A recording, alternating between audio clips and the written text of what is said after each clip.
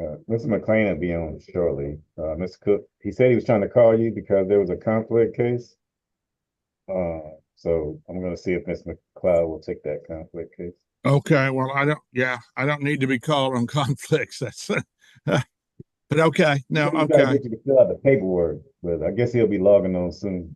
I just got a phone. okay. Well, I know he's new to SEA, so we'll have to get him up to speed on the various requests and documents, I guess. So that may be what's going on with the MH as well. If anybody has a model MH form, I don't think I've ever done one. I've done BHET, but that's a different situation altogether. And So if this was a anybody, case that was back on Thursday that I'm waiting on an order for. okay, do, Miss Miss Bridgewater, do you have like, well, and I know there's HIPAA to be concerned. Do you have kind of a model MH You know form? what? I usually, after I get them, I'll get one from Mr. Jordan and I'll pass it on. Would you send that Yeah, to I'll me send and it I to can send it you. to Mike? Mr. Jordan, are you listening in? Yeah, I'll send it to him. Okay, Okay, thank you. And yeah, also for Mr. McLean as well. okay, so yeah, send it to both of us. I would really appreciate that because we don't do Okay. many of them in We misdemeanor. don't. Okay, thank you. You're welcome.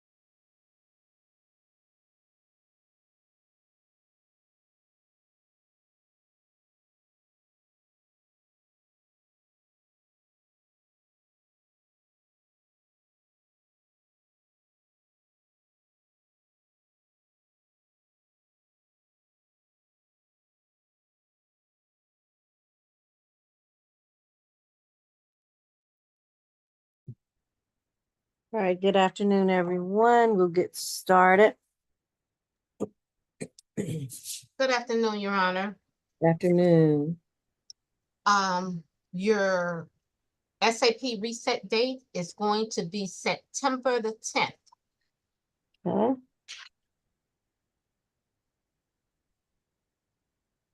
All right, everyone, we're going to begin our Fulton County State Court Expedited Accusations calendar. This is a calendar for cases in which individuals have recently been arrested and charged with certain misdemeanor offenses. Soon after their arrest, the Fulton County Solicitor General's office has already accused the cases of the offenses brought against them. And these cases have been bound over to the Fulton County State Court. Nevertheless, this will usually be the defendant's initial appearance before a state court judge, so we are able to address several matters, including bond, possible plea arraignment, and a possible plea offer if one has been made by the state at this juncture. We'll be providing you, as we stated already, with the reset date for state all-purpose calendar, which is September the 10th. I want to also begin by reminding everyone that this whole entire proceeding is being recorded on YouTube. Being recorded and live streamed on YouTube. So govern yourselves accordingly. I want to remind the defendants that you have certain constitutional rights. The first being that you have a right to representation at this juncture of your case. You should know who your attorneys are at this time. You also have a right to remain silent. Remember that anything that you state about the facts, the circumstances, or the occurrences of your case can and will be used against you. The state is here and they're listening. So follow the lead of your attorneys. Who do we have first, deputies? We got position number 7, Ms. Grinton. 24 CR 00605-1A. Kiera Grinton, charged with 1 count of simple assault, 2nd count of criminal trespass.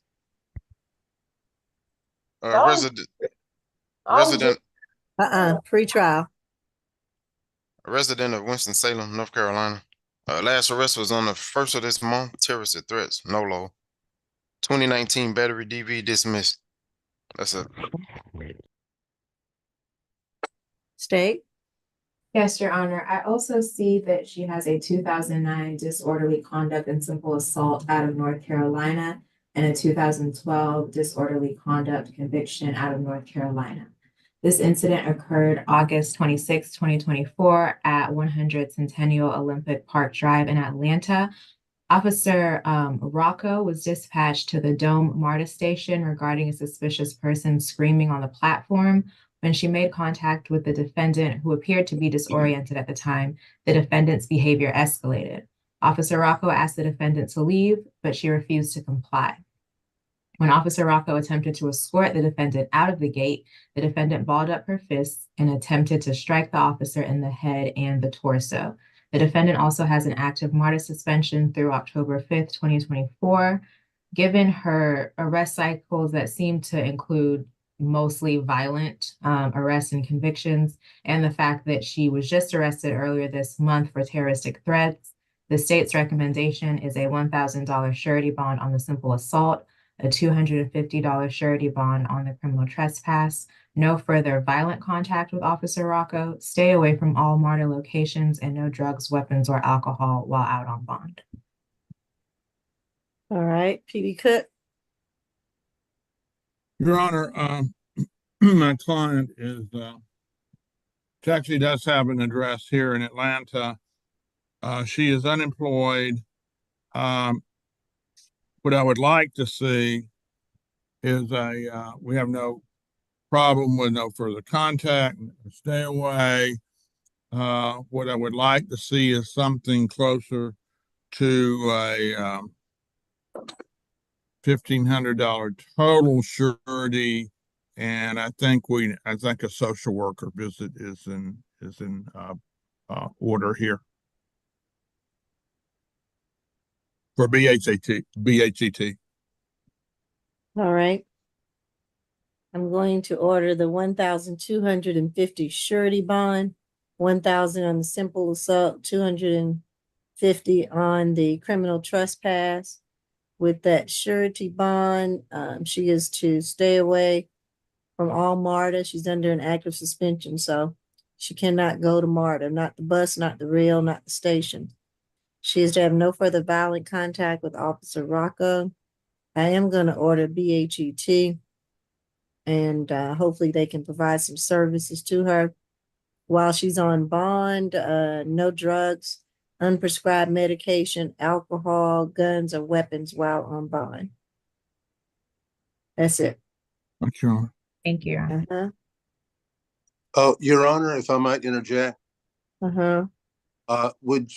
could the deputies give me a call on my desk phone about number 16 and number 17 to let me know if they're going to be calling in?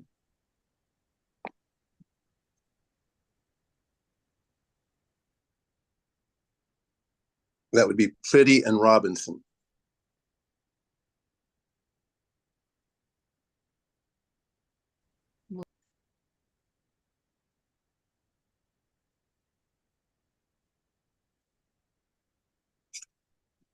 Jail, are you all gonna, those are the two you need to interview?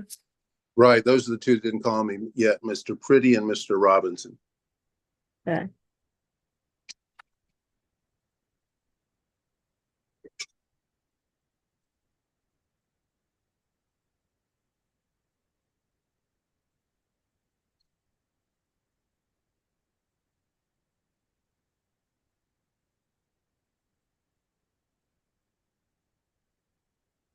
Where are they?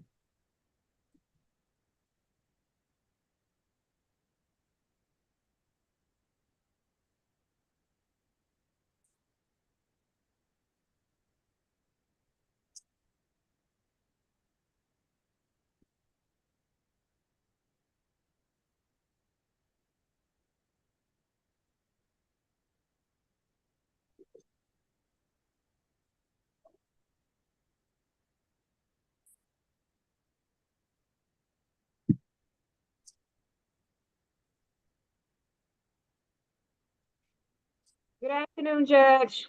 Good afternoon. Whenever you're ready to start, I have number 1, Ms. Aki at ACDC. All right. This is 24 CR 006041G. Charlene Ackey, charged with 1 count of possession and use of drug-related objects. Pretrial. 17, 2014 disorderly conduct conviction. 2011 simple battery DV, 2 counts conviction. That's it. Jail. All right. State. Yes, Your Honor. A 911 caller advised that several individuals were at the incident location 5 Peyton Place, Southwest Atlanta, consuming and buying drugs. This area is known for high drug use activity. The defendant was found in possession of a silver metal pipe used for consumption of controlled substances. Given that the defendant's last arrest was in 2014 and the facts of this case, the state's recommendation is a signature bond, stay away from the incident location, no drugs, weapons, or alcohol. A social worker visit might be appropriate, but I'm sure her defense attorney can speak more to that if it's necessary. What was the incident location again? 5 Peyton Place, Southwest Atlanta. Okay. PD.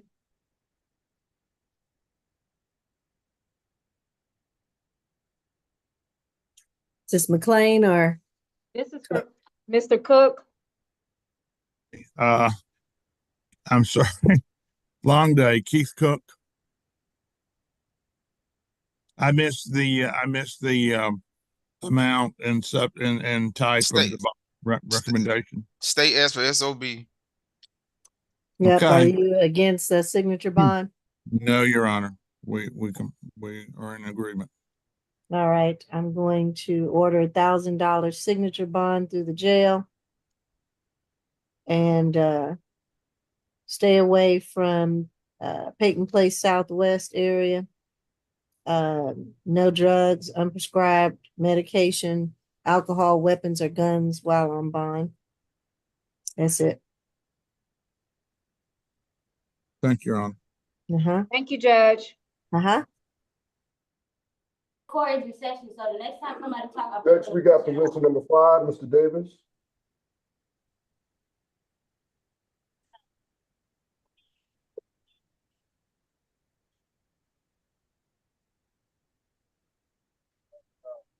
This is 24 CR 006048E.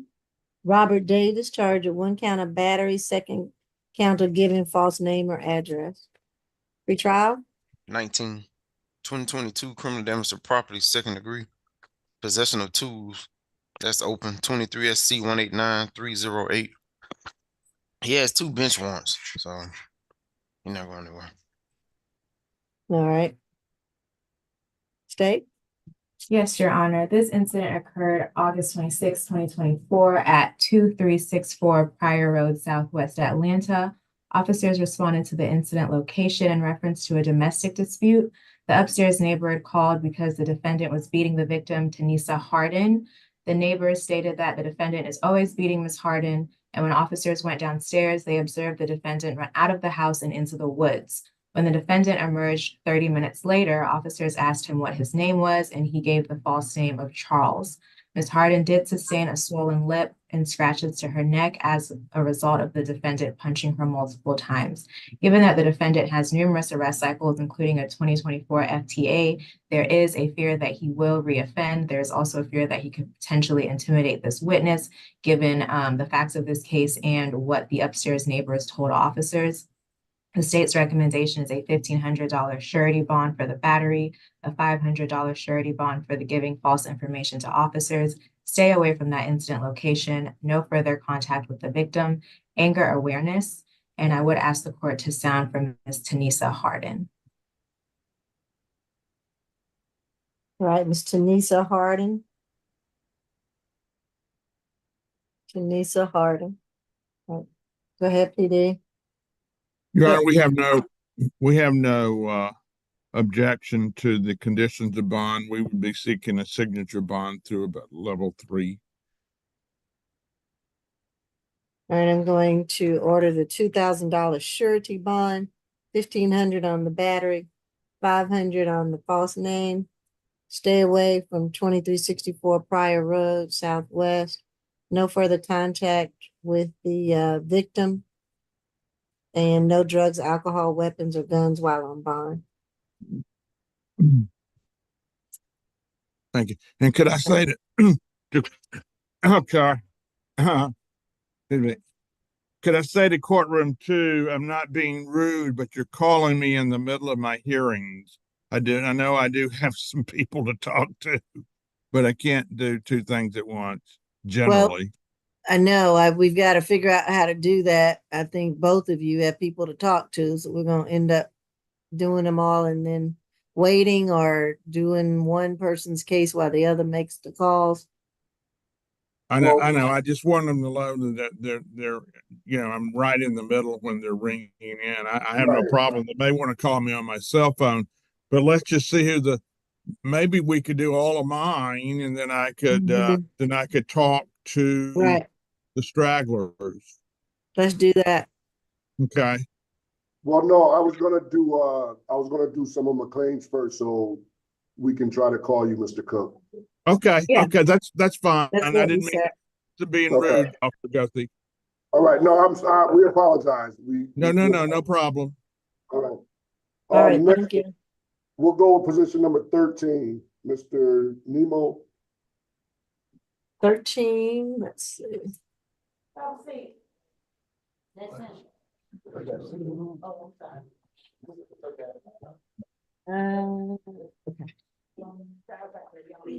This is 24 CR 006042E. Samuel Najima, charged with 1 count of criminal trespass. That's one you need to interview. And yes, 2nd count of simple assault. Who am I speaking? Mr. Cook, you need to mute yourself. I'm sorry. Hang on. Mr. Najima is my case, Your Honor. Oh, okay. All right.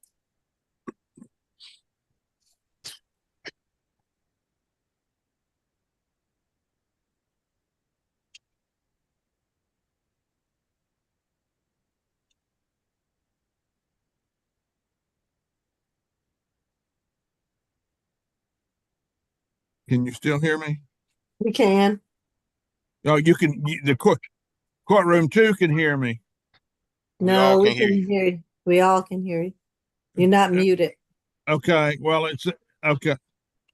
Can you mute him? Who's my Zoom master? Okay, can you hear me now? Still hear you. Well, if they could call me on my cell phone, maybe that would be better. Since I Well, can't. we're gonna be able to hear your conversation. Who is the Zoom master today? Who's the litigation manager? It's Miss Bridgewater, but it's Miss Grace as the host.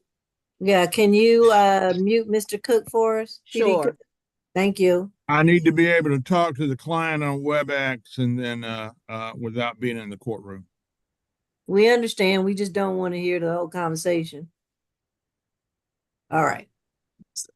Did you call this case or what?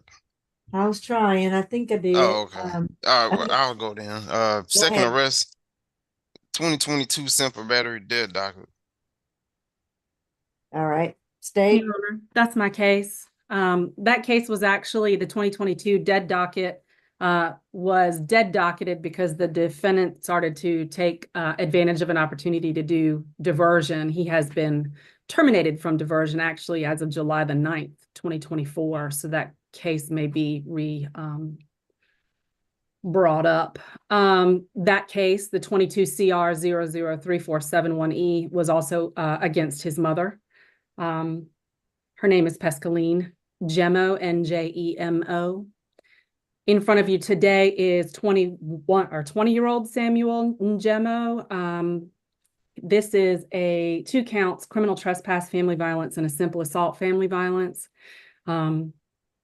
Police went to the location 15208 Cypress Court in Alpharetta, where the victim, Mrs. Pascaline Njemo, reported that her son was angry because she smelled weed. She told him he needed to get out of her house.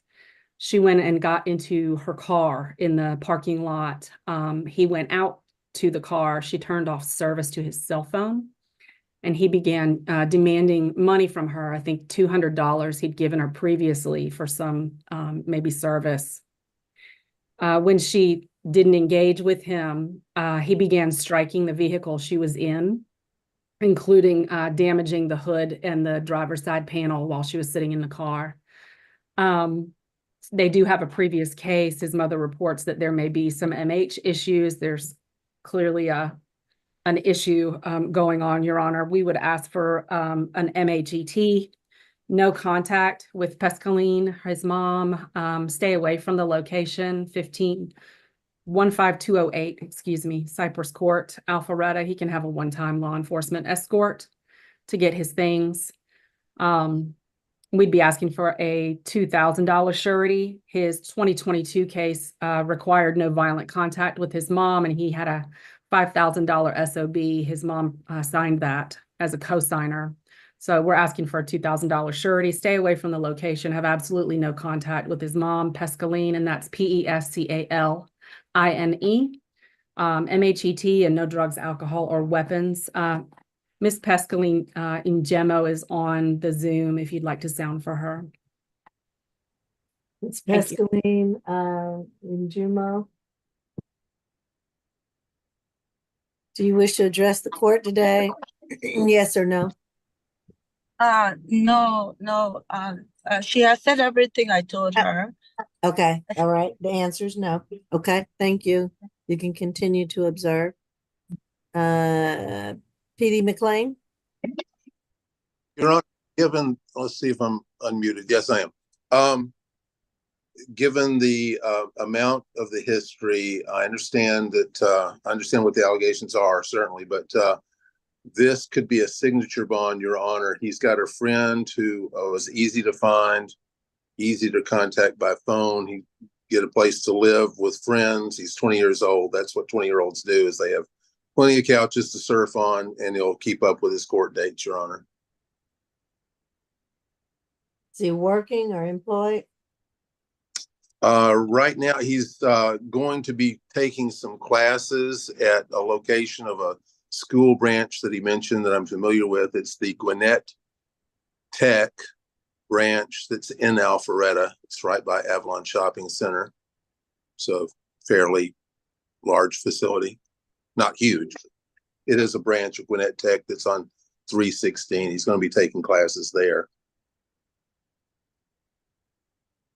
Um, And his friend is probably zooming in, but he shouldn't have any problem staying organized enough to keep up with his court.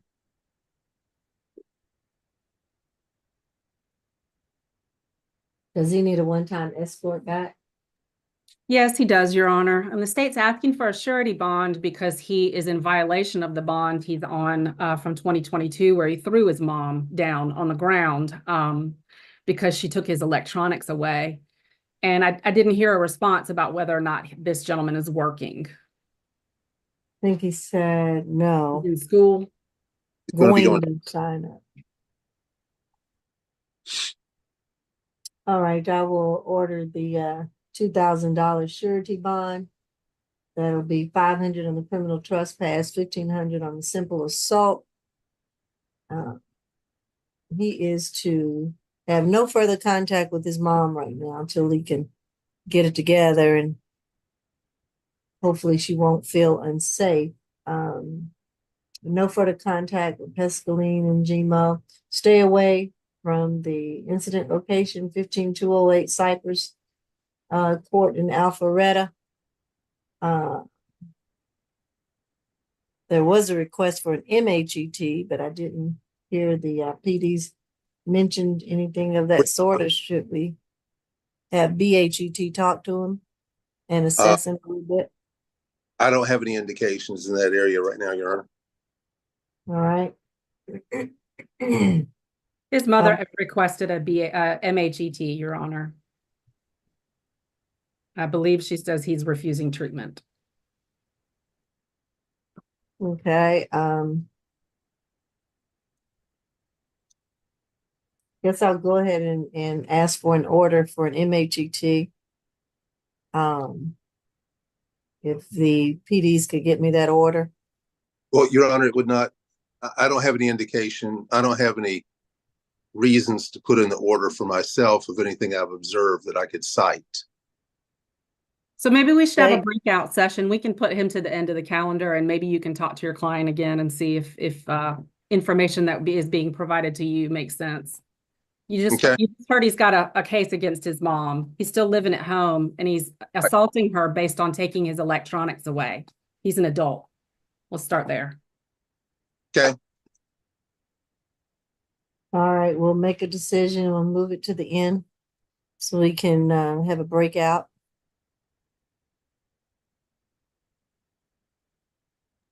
Next, we have position number 15, Ms. Patrick.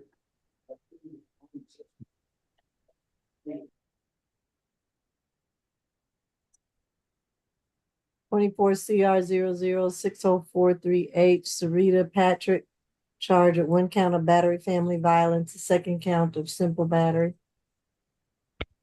Pre-trial. 5th arrest, 2012 marijuana, dismissed. This level 1. I didn't see any recent violence anyway, if she has any. Okay. State. Yes, Your Honor, that's my case. There is minimal criminal history for this defendant, Ms. Patrick. The documents in this case indicate that on the 26th of August at about 8:50 in the morning, her 17-year-old daughter came home from school. Her name is Sierra. It's spelled Ceira, Evans. I believe she's joined us on the Zoom. This was at 1993 Bent Creek Way, Southwest. Police were called on a dispute. When they arrived, the defendant reported that her daughter came home from school and was disrespectful. The defendant, Mrs. Patrick, asked the 17-year-old if she could use her phone, and her daughter said no. There was a verbal altercation. Mrs. Patrick admitted that she struck or she mushed her daughter in the head or poked her in the head with her finger while she was being disrespectful. The daughter, she said, ended up destroying the house and throwing items around. Sierra Evans told police that her mother burned her on the stomach with a cigarette and hit her in the head with a liquor bottle. She also reported that a cousin of hers, also last name Patrick, but first name Kierra, Kierra, showed up during this incident and also assaulted her. She was seen, Mrs. Sierra, the 17-year-old, was seen to have scratches on her face and on her eye. But the cousin Kierra with a K had fled the location when police arrived. A DV investigator came out to the scene, evaluated, spoke to everyone, and determined that Mrs. Patrick, Cyrita Patrick, was the initial aggressor, and she was arrested. So she's got first offender forgery conviction, an aggravated assault in 2006 that was amended to a disorderly that she was convicted for, and a felony forgery first conviction in 2012. An SOB through level 2 would be something the state would recommend. We would like a surety bond, no contact, and no drugs, alcohol, or weapons. Please sound for the victim, Mrs. Evans. I believe what she has reported to our VWAP with the assistance of some other adults in her life is that she lied, and she's just really concerned about her cousin who got away as the bad guy. So I'm not sure where Mrs. Evans lives. I did see that the police had been called in the past 6 months to deal with her behavior previously. We would sound for Mrs. Evans, just bear in mind she's 17, Your Honor, and thank you. All right, Ms. Evans. All right, go ahead, PD McLean. Your Honor, what I'm seeing is a 2012 marijuana, so that's over 10 years ago. And with one count of BFV today, I would ask the court to consider a signature bond.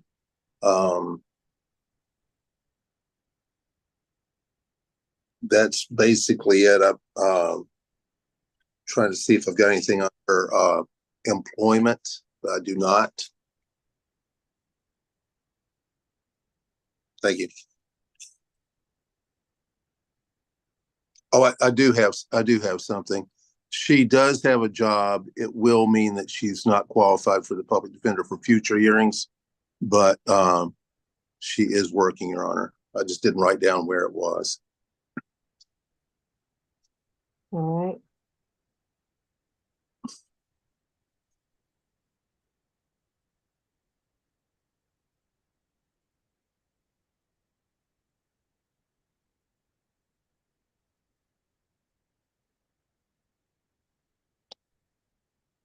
I am going to order a $2,000 signature bond through pretrial. That will be $1,500 on the battery, $500 on the simple battery. For the 2,000 SOB pretrial, I'm going to make that level 2. I'm going to order a 1-week anger awareness course through pretrial. No further contact. And I'm looking at this. The daughter, I guess, lives with her. Is that correct? ASG Allen? I'm not sure. Oh, okay. Well, we'll have it. Our office spoke with her father. I see multiple people with the last name Patrick on the Zoom, so I'm sure someone could let us know. I also am just not sure about the family dynamic. Is there someone on the Zoom that could answer one question only? Tell me where Miss Sierra Evans resides. Yes, she lives with my mother. Your mother. And her father is here too also. Hey, my name is Sierra Evans. I'm present.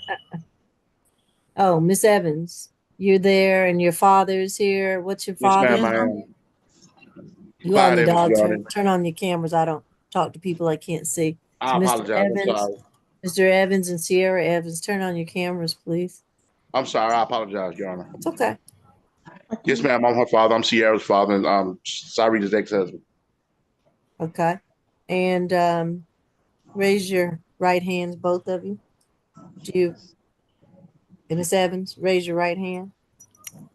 Do you affirm that the testimony you're about to give is the truth and nothing but the truth under the penalty of perjury? I do. And Mr. Evans, your daughter is 17. Yes, ma'am. She is. Put your hands down. And where does she reside? She resides with her mother. Okay, at the 1993 Bent Creek Way. Yes, ma'am. Correct. Okay, can she temporarily reside with you possibly? Well, at the moment, I had been living there myself. Coincidentally, I was at work yesterday when everything occurred. I had been living there until my apartment was ready, which will be ready in a couple of weeks, Your Honor. Oh, okay. But I can put a speed on it if need to, if it. Well, I'm just making sure everybody's going to be safe and that this incident has cooled down. It Yes, just ma'am. It happened has. in less than It's a. It's 24 a. hours. Yes, ma'am. It's a. Sierra has been with me since the incident. It was just an altercation that spiraled out of control. Young line, old line. In their case, if you understand. I do. I'm dealing with it the best way I can. Sarita's dealing as a parent. Sierra's, 17, going through the motions. It's it's a situation, Your Honor, but it's nothing that we can't deal with as a family. Hope so. We Because I don't can. want to put people back in situations, especially after someone gets out of jail and then they go back and, start back over, all hell breaks loose, they start back arguing because that defendant could be mad. They've spent some days in jail. And Sierra's a senior in high school or she's Yes, working? ma'am.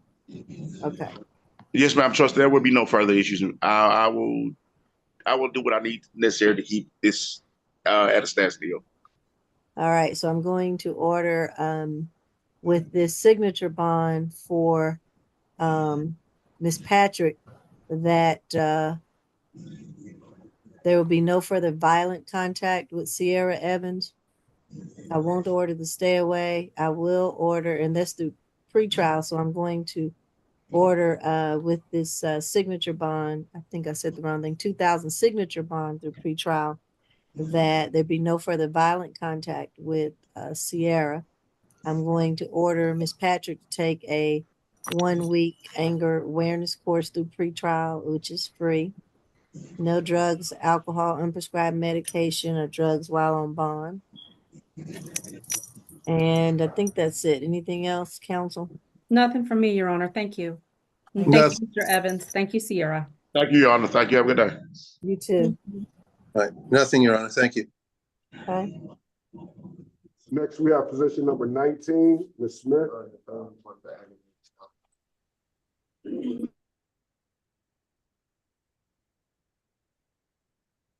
Your Honor, that's going to be the co-defendant of Mr. Palmer.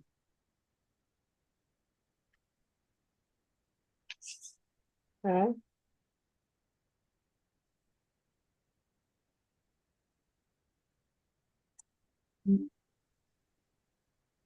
And who represents Ms. Smith? Ms. McLeod or Mr. McLean? I do. Good afternoon, Ms. Oh, there you go. Hi. Good afternoon, Attorney McLeod. Good afternoon, All Your Honor. right. This is 24 CR 00638C. Is it Lasante Smith, charged with 1 count of criminal trespass? Pre-trial? 2024 disorderly conduct trespass. That's open in DeKalb County. 2019, 2017 FTA. 2017 disorderly conduct conviction. 2014 DC conviction. 2014 probation and 2013 simple battery conviction. That's it. Your Honor, this is my case. Basically, very simple. On August the 25th, Clark Atlanta University Police encountered Mrs. Smith and her co-defendant, Mr. Palmer, on private property owned by the university, specifically the Akins estate. They made entry into the property and then hid at the location until they were found. It is specifically 1854 Joseph E. Boone Boulevard, I believe. There's no reason for these folks to have been there. This young lady was just arrested on July the 5th, 2024 in DeKalb County for criminal trespass and disorderly. She's out on bond on that case right now. She's got criminal trespass and loiter and prowl conviction out of Fulton County. A terroristic threats from 2017, a disorderly conviction from Fulton, and a simple battery conviction, as well as a forgery conviction, all since 2013. We'd be requesting a $2,000 surety, stay away from the location, and no contact with co-defendant, Mr. Palmer, and no drugs, alcohol, or weapons while on bond.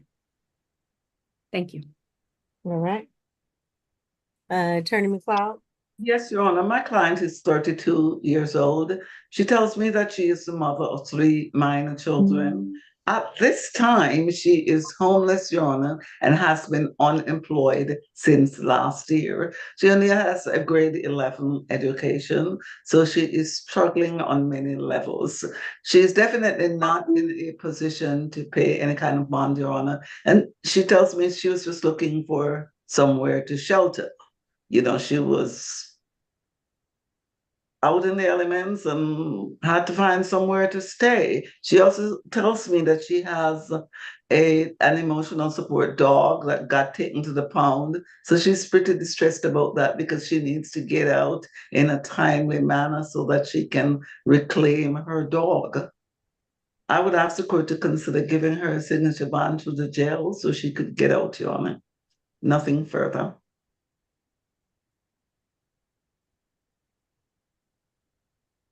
I'm going to order a $2,000 surety bond.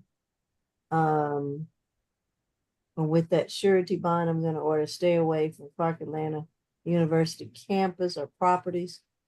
And I guess no further contact with the co-defendant, Palmer. No drugs, alcohol, weapons, unprescribed medication, guns and weapons while on bond. Your Honor, I believe that the cross-defendant is in a relationship with her. And she wants to have contact with her. Well, if that relationship gets you put in jail, it may not be a good relationship. I'm going to order no further violent contact then with the co-defendant. I'll at least do that much. Thank you. All right, you're welcome. And Your Honor, I know she's going to be in jail. She's going to end up on the SAP because based on what she tells me, she's really in no position whatsoever to post bond. She has not worked since last year. But Ms. McLeod, the Ayala factors for bond are based on her criminal history, and you just conveyed to the court that this young woman is homeless. She was just released on bond in July. She's got 3 children, but she's got a support animal and a boyfriend. It seems like maybe jail is not a bad situation for someone who has clearly struggled and is not able to take care of herself and her support animal and her boyfriend without trespassing. Some people are poor, Miss Allen, unfortunately. I know. Her co-defendant's never been arrested before. Yeah, I'll stick with that order and we'll see where it goes. Thank you, Your Honor.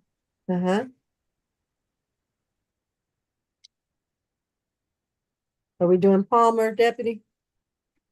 Yeah, we can do position number 14, Mr. Palmer. She had a question, if you guys wanted to answer her question. Oh, Ms. Smith, you have a question? Yes, ma'am. Your Honor, I got classes coming up September the 3rd for forklift certification, logistics certification, and Those training classes come up in 6 weeks, and then after the fact, I get a job. I'm working $50 an hour, for forklift and, logistics training and, Is that a administrative. question, Ms. Smith? They know they come up on the 3rd. I was saying, if I can't get out, could they please give me a signature bond so I can be able to get my stuff and go to classes, please? Cause I'm working at the, Anise building. I do, I pull in people to their, refer them to get tested for HIV, AIDS, syphilis, and, I think you're pleading your case and your attorney has done that. Did you have know. a question about your bond conditions? If Yes, ma'am. not, I was asking a question about my bond, if I can get a signature bond, ma'am, because I don't have any way to pay it, and my grandmother doesn't have any way to pay it, 'cause she's taking care of my grandmother. but I you have get- an open case in DeKalb, you're not Yes, going anywhere. yes, ma'am, I have an open case in DeKalb County, but it's for, criminal trespass, disorderly conduct. It's supposed to be thrown out. I wasn't supposed to go to jail in the first place. It was supposed to be thrown out. I was supposed to be a warning. The rookie who locked me up knew that. It was supposed to be a warning, ma'am. I wasn't supposed to go to jail in the first place. I haven't been in jail here in 9 years. Please, Okay, come here, Bray. I really need to be out for those classes. I'm trying to change my life. I need to sit and get my children back, and I'm really trying to do that. I've been trying to do that with my husband. He's been helping me. Only reason why we was there is because we was trying to sleep. That's all. That's all I want to say. well, all of those are the things that make me, a little hesitant about giving you a signature bond, because none of those things kind of qualify you for signature bond My under the statute. class starts September the 3rd, ma'am. I'm gonna go with the $2,000 surety for now. I don't have no way to pay it. I'm sitting here till I'm sitting here till next month. I won't be able to pay it. I want nobody to come and get me. I want nobody to put no money on my post to give me, to feed me. I won't have no way to pay it. I sit All right, here. we'll see. We'll see what happens. Yes, ma'am. Next, we have position number 14, Mr. Palmer. This is 24 CR 006037C. Will Palmer Jr., 1 count of criminal trespass pretrial. It's first. Okay, state. The same facts, Your Honor. The defendant with Mrs. Smith was located on private property of Clark Atlanta University, hiding inside the location. He has no criminal history, and for that reason, the request is for $1,000 SOB through pretrial to stay away from the location. That's the Akins Estate at Clark Atlanta University. The address again is the Joseph E. Boone Boulevard. And I had requested no contact with the co-defendant. I'm not sure if she was mentioning her husband, if that's this young man. I'm not sure, Your Honor. I think that is the phrase she's using, yes. That they're married? Yeah, I don't believe that that's the case. I think she's got 3 children that are living with someone else. I'm not sure, Your Honor. It seems like maybe defense counsel can assist with some. I think she's referring to Mr. Palmer as her husband. It's an emotional relationship. So it is, that's the terminology she wanted to use. Your Honor, his brother is here. I'm sorry to jump in. Whose mother? I'm his brother, Larry Kemp. You're whose brother? Will Palmer. I'm sorry to jump in, Your Honor. Were you at the scene? And I can't talk to people that I can't see. And were you at the scene? It won't allow me to show my face now, Your Honor. I would have to go back out and come back in, but no, ma'am. I'm not going to allow you to speak if you were not at the scene. This is just a bond hearing. I'm not needing character witnesses and going through the facts of the case or things. I'm sorry, Your Honor. I was just saying, if y'all could let him come to me in Ohio, he would be safe. I promise. Ohio? Yes, ma'am. And I found this out through a friend. Yeah. Well, that's going to be something down the road. I cannot say, sure, I'll let him out and get him to Ohio. Are you coming to pick him up? I mean, that would be. I can try to. I can make preparations to come and get him within the next 2 to 3 weeks. Well, his wife or his. That is not his wife. That is his girlfriend. I'm sorry, little brother. I have to tell the truth. Okay.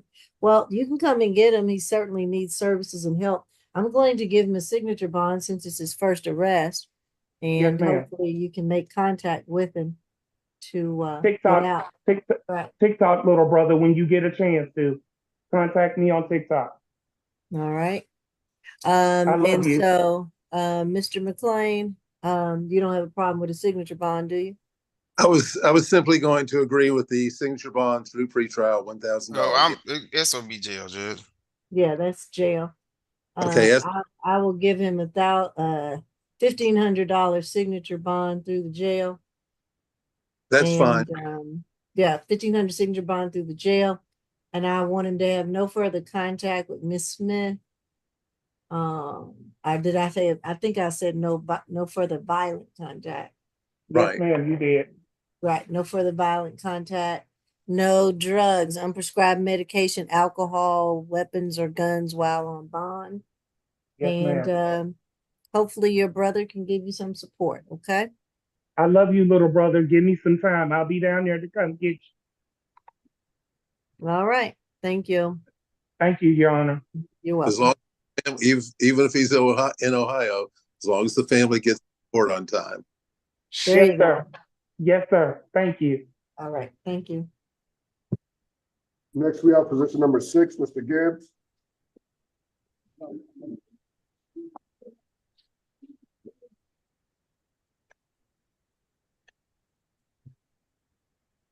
This is 24 CR 006050Y, Maurice Gibbs, charged with 1 count of battery, 2 counts of simple battery, 1 count of cruelty to children in the third retrial. Fifth arrest.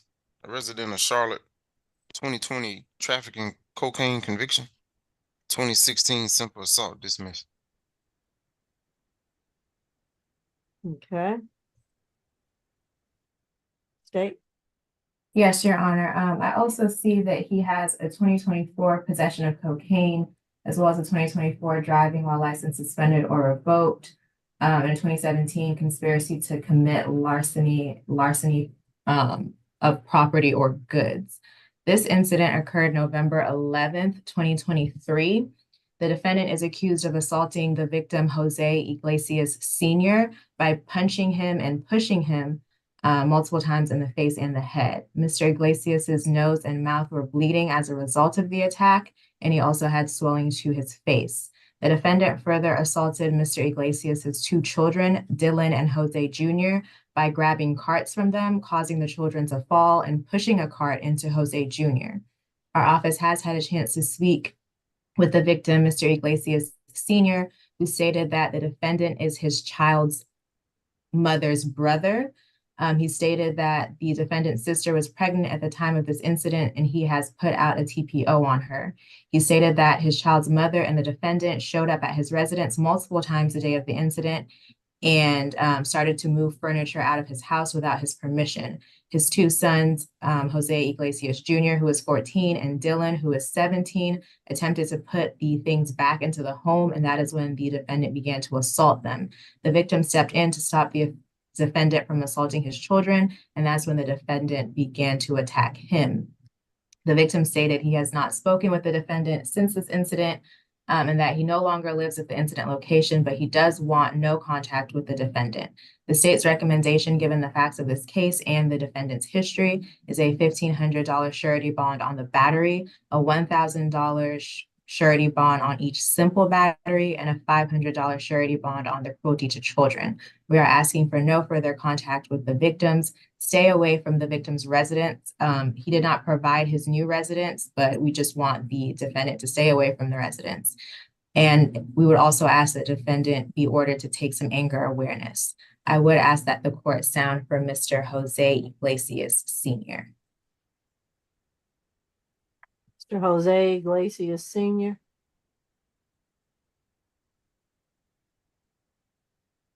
All right, state, PD rather, sorry. Yes, that's my case, Your Honor. My client denies the allegations as stated in the warrant. And his position is that the various Iglesias family members ganged up on him. He's 38, he's 33, I'm sorry. He's been in the area 33 years. I'm sorry, 2 years. I apologize. He is a truck driver. He has no problem with no further contact and a stay away. As I said, he denies the allegations. So we would be asking for a signature bond at whatever level the court deems appropriate, and no anger management. This appears to be kind of a family squabble. Not much more than that. I don't recall any injuries, but we'd be asking for signature bond.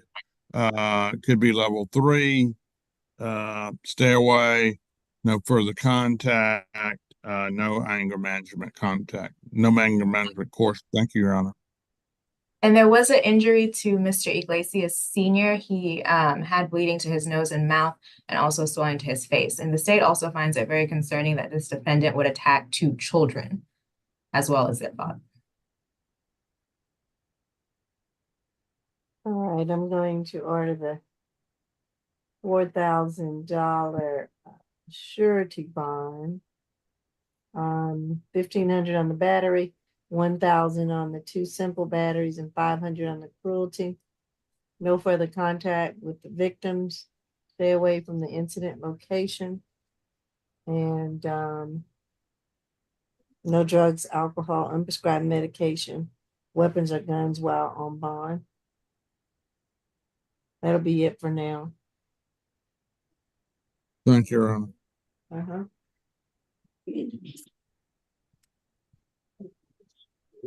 No.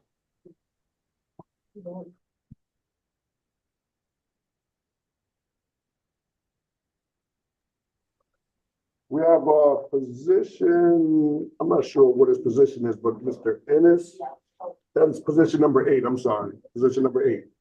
Okay.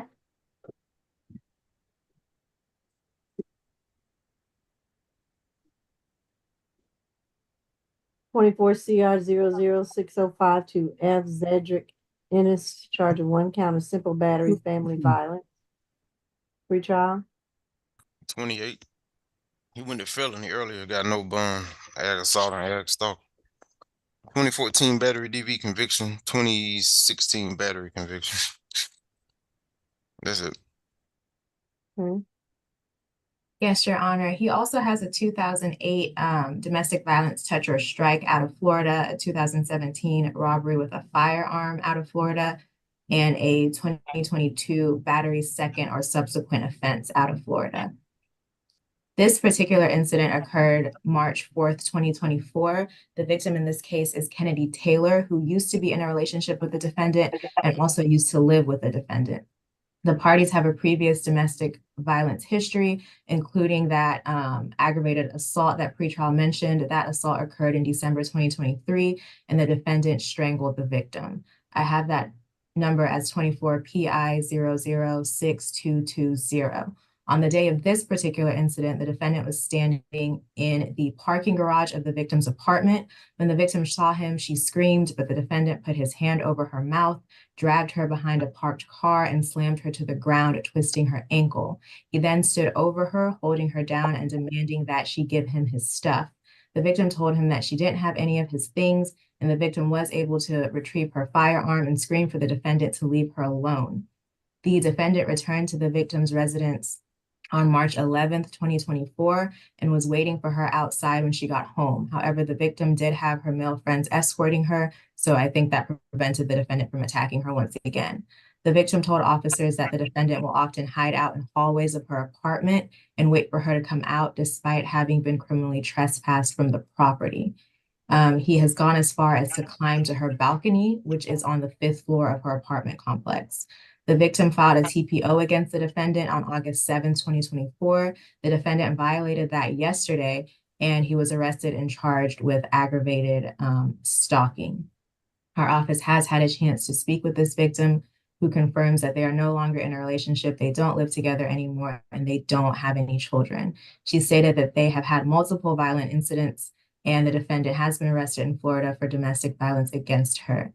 The victim stated the defendant came to her house yesterday and was standing outside of her window taking pictures of her and refusing to leave, which is very concerning and also very strange. The victim stated she's currently afraid, of course, and does not want to have any contact with the defendant. The victim wants the defendant to stay away from her new residence, which is 1888 Emory Street, Northwest Atlanta. That is the residence that he was at yesterday. Given the facts of this case, the defendant's numerous arrests against the same victim for violence and stalking, we have a concern that he will not only intimidate this witness, he will reoffend. His past criminal history speaks for itself, and we are very concerned about what he will do to this victim if he gets in contact with her again.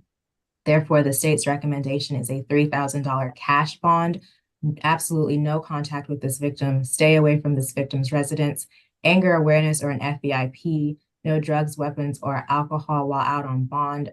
We are going to ask for an ankle monitor just to ensure that he stays away from this victim. He has been stalking and harassing her multiple times. We would also maybe ask for an MHET. I will leave that to the court's discretion, but the defendant's behavior is very concerning. And that will be all for us, Your Honor. I would ask that you sound for the victim, Ms. Kennedy Taylor. All right. Ms. Kennedy Taylor. I don't think she's on. All right. PD. Yes, that's my case. That's my case, Your Honor. I believe, and the state may correct me on this, he received a no bond in felony court, so he would not be going anywhere. Given that, we would ask for a low surety bond. We would object to the ankle monitor again, since he's not going anywhere, and object to the anger management. This is all going to be controlled ultimately at the superior court level. Nothing further, Your Honor. All right, I'm going to order a $3,000 cash bond. And with that cash bond, he is to stay away from this victim. I don't know what it's going to take. And I won't order the ankle monitor at this point, but no further contact with this victim. Don't even come within 200 yards of her. Else he'll be right back in jail. No drugs, alcohol, unprescribed medication, weapons, or guns while on bond. And that's all I ordered this time. Thank you, Your Honor. Thank you, Your Honor.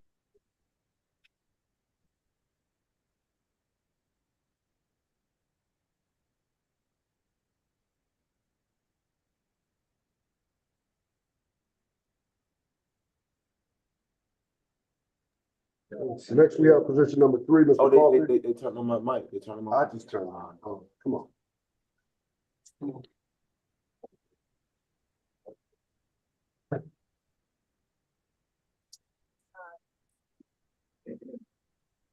24 CR 006045F. Shemaine Coffey, charged at 1 count of simple assault, 2nd count criminal trespass, damage to property, a 3rd count willful obstruction. Pretrial. 31. Open criminal damage to property, trespass, and superior court. 23 CP 218676. Open felony obstruction, terrorist threats, interference with government property. 23 CP 224407.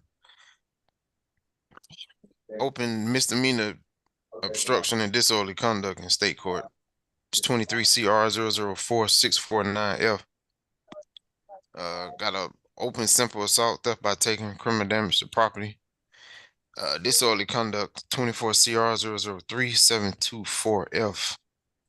2022 probation, 2021 probation. 2020 felony terrorist threats, felony obstruction conviction.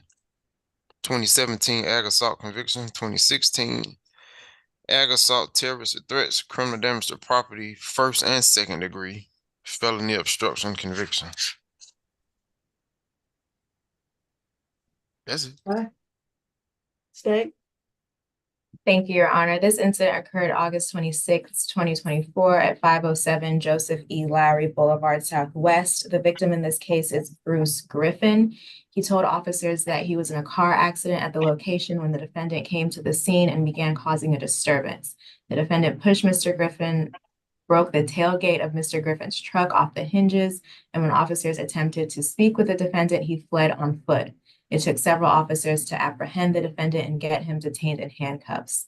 Our office has spoken with Mr. Griffin, who confirmed the events in the warrant, stated that the defendant came out of nowhere and began assaulting him. The defendant kicked and banged all over his truck in addition to breaking the tailgate. So now he has dents all over his truck, and that he said he doesn't know the defendant and that he would like for the defendant to pay for his damages. The defendant's criminal history speaks for itself. He has numerous open cases.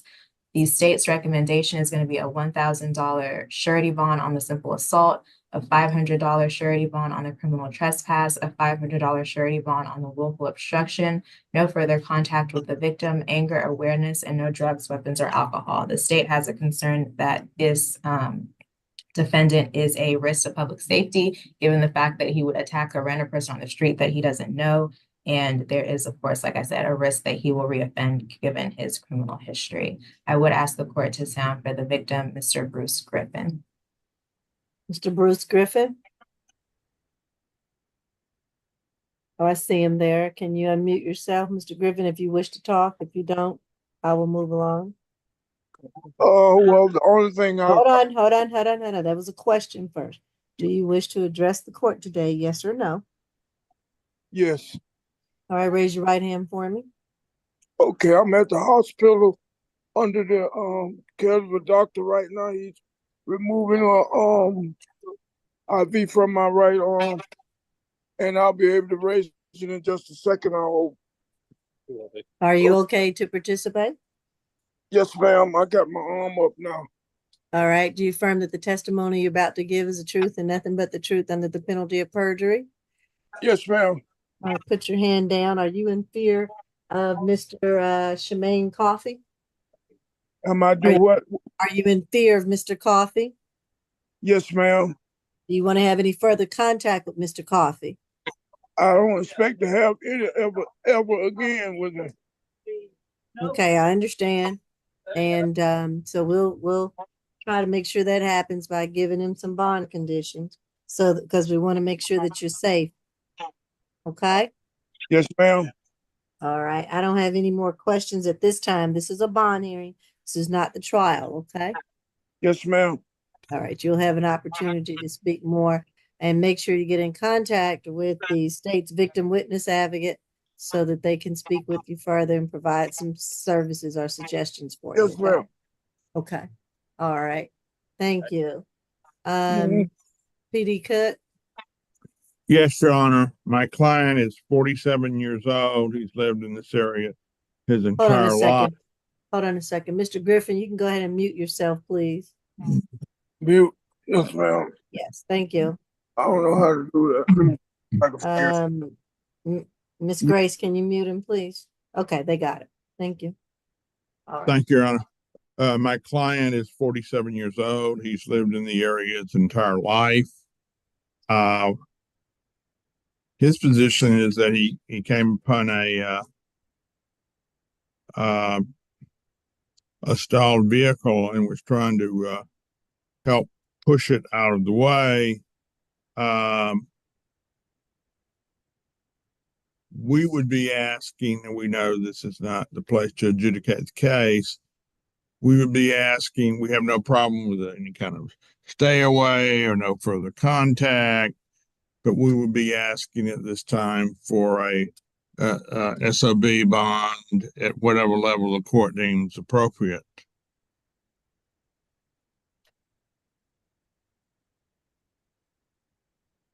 With that history, I'm not inclined to do a signature bond. I can tell you that. Not with 31 cycles and open cases and no. So it'll be a surety bond. And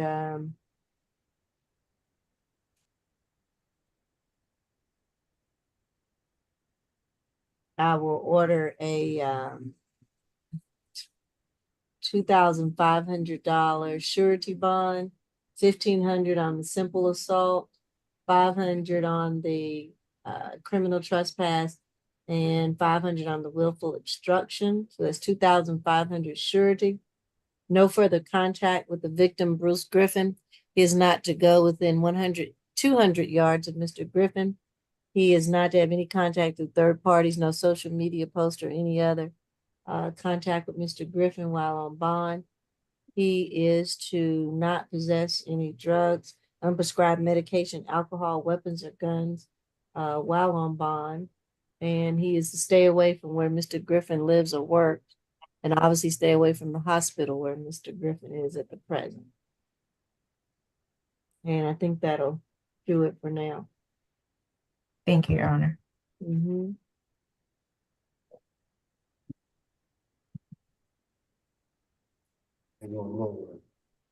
Next, we got position number 2, Mr. Austin.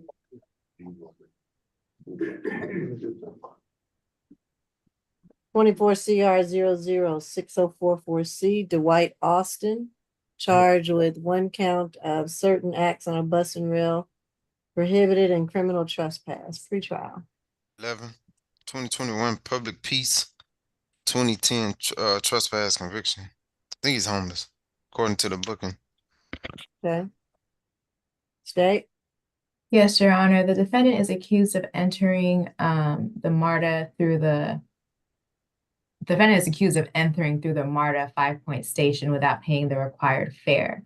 The defendant does have an active MARTA suspension that is active until October 7th, 2024. Given the length of time since his last arrest, the state's recommendation is going to be a signature bond, stay away from all MARTA locations, and compliance with any active bans, and no drugs, weapons, or alcohol while out on bond. All right. Any objection, Mr. Keith, to the signature bond? There was a, Mr. Cook, I'm sorry. Both parties had agreed to pad, but there was a timing issue, so we would ask that the SOB be through the jail. Okay. All right. I will order a $1,500 signature bond through the jail, 1,000 on the certain acts on a bus and rail, 500 on the criminal trespass. With that, Mr. Austin, can you promise me that you're going to stay away from MARTA? You're banned anyway to the end of October. Can you stay away from MARTA, Mr. Austin? I'm gonna leave Georgia. I'm sorry? I'm leaving the state. You're leaving the state? Yes. So all right, make sure you come back for your court date, or else we'll come and get you. Got to come back for court and keep in contact with your attorney. Is there some way we can put that court day off, because so I'll be away from Mara. I've been a long way from Mara. Good, but you still got to come back for court. So when you come back, you got to come in a car and not use MARTA. Okay? I don't have a car. Okay, well, are you going to be able to get back for court? No. That's not a good answer. But it's a truthful one. I understand. Otherwise, I need to just keep you at the Fulton County Jail.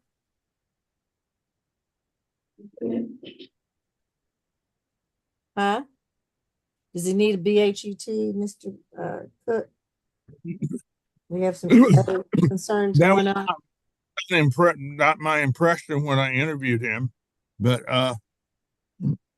and that won't help his mobility.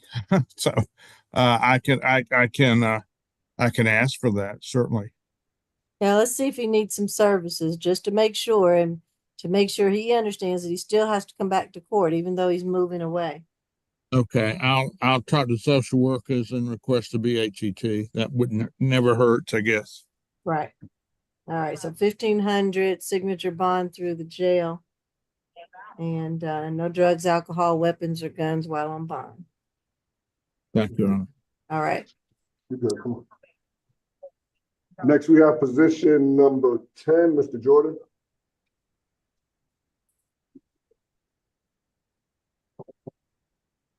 What number is this? 10. 10. Your Honor.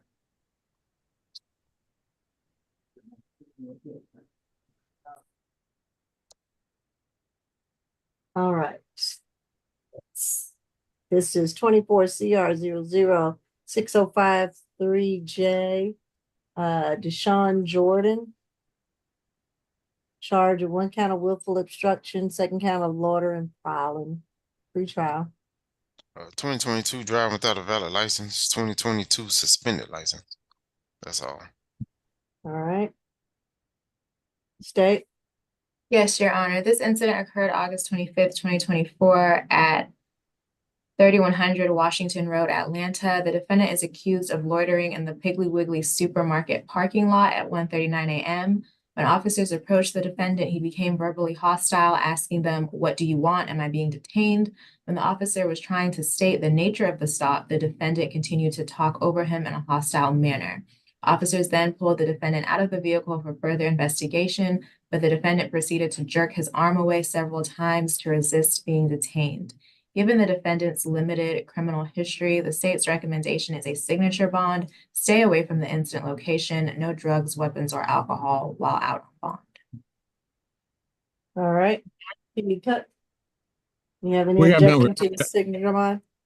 we have no objection. We would like it to be through the jail. He does have a listed address, but I'm not sure how easily he would be able to communicate with pretrial. So we would ask it be through the jail, Your Honor. All right, I'm going to order $2,000 signature bond through the jail, 1,000 on each of the charges. And no drugs, unprescribed medication, alcohol, or weapons while on bond. And was there a stay away?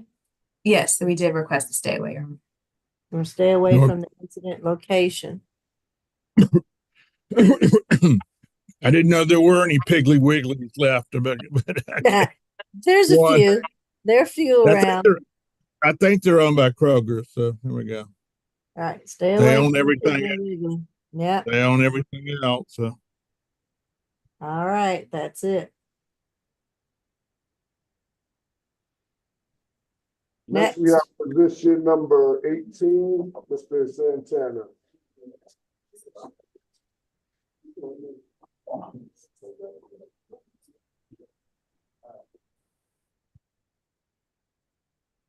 This is 24 CR 00604-0G, Regio Santana.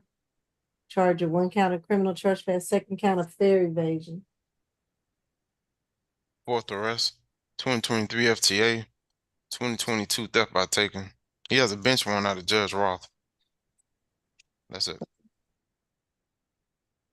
State. Your Honor, that's my case. This is August 26th of 2024 at about noon. The defendant was seen at the Lindbergh station, that's 2420 Piedmont Road. He pushed through the gate without paying the fare. When officers approached him and asked him about his actions, they asked for his ID. He provided his ID and was seen to have an active 3-month suspension from July to October. He was taken into custody for fare evasion and criminal trespass. Based on the fact that he's got an open case and bench warrant status, we'd ask for a $2,000 surety. Stay away from all MARTA stations, no drugs, alcohol, or weapons. Obviously, this is a risk to reoffend. Thank you. Huh? Your Honor, I see the situation with Judge Roth and the bench warrant in that case. So there's nothing I can really say about that, Your Honor. He's been down and out a bit. His last job was just a few weeks ago, though. He does work. He gets out there and does landscaping, so he's trying, but he's having a pretty rough time this summer. He lives at the address shown on the booking sheet. He has roommates. It's like a rooming house situation. He sounds like he's organized enough to keep up with court dates. there's not a plethora of extra contact information in terms of family, but with the proper instructions, he could just keep up with the clerk's office on that. But as far as answering Judge Roth on the other case, somebody else in our office will take care of that. So I would ask the court to consider putting that case in the driver's seat by considering a signature bond on this. All right. I'm going to order the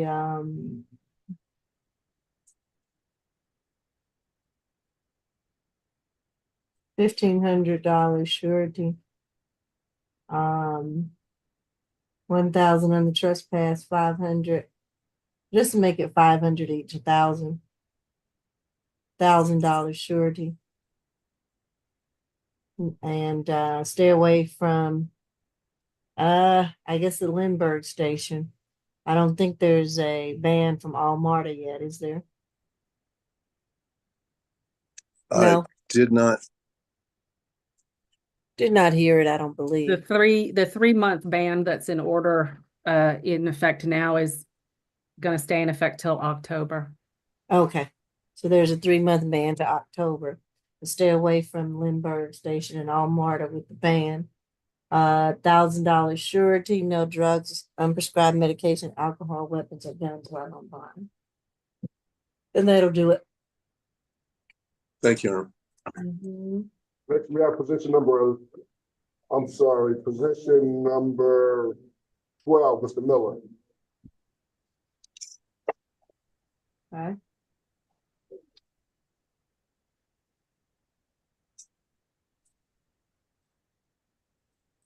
(24 CR 0060447E), Dion Miller, charged with 1 count of following too close, 2nd count of no insurance. Pre-trial? 11 total. 2022 evading arrest. That was out of state.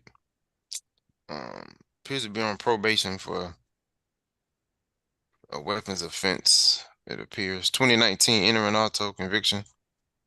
2015 burglary of a vehicle conviction. 2013 entering auto theft by taking conviction. 2013 entering auto conviction.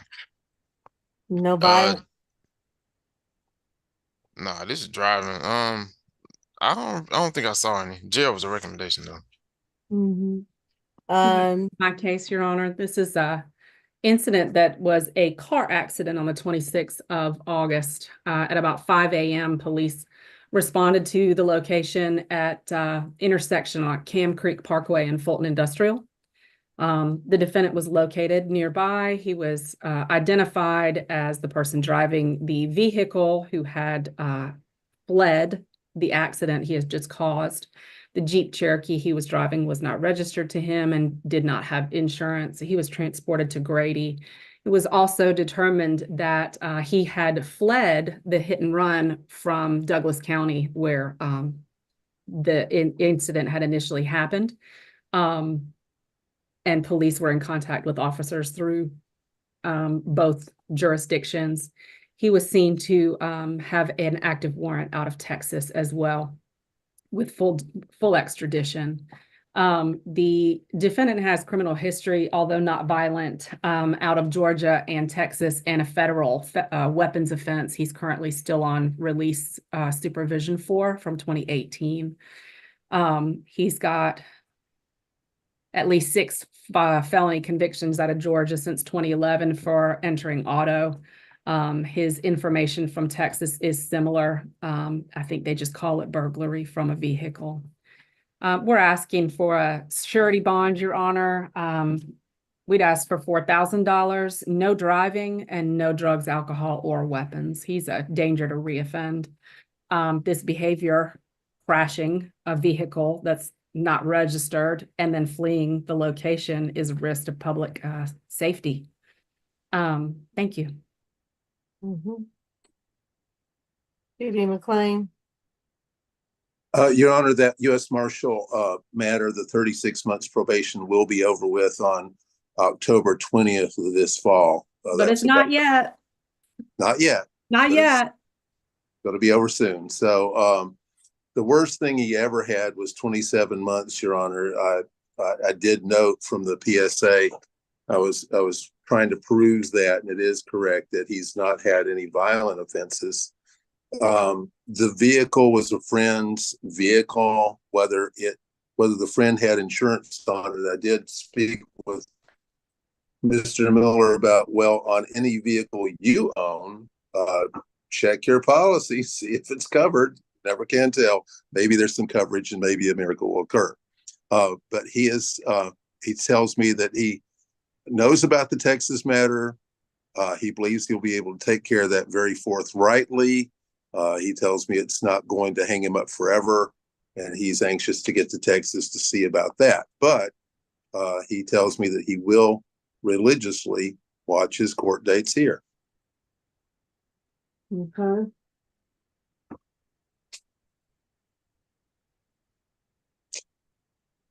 I'm going to order a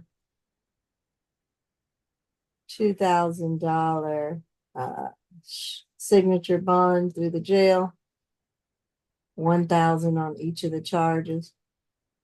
And with that 2,000 signature bond through the jail, no driving without a valid license and insurance.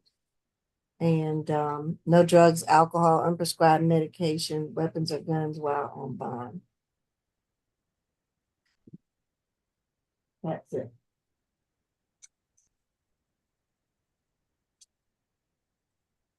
Next. Yes, excuse me. I have one thing to say.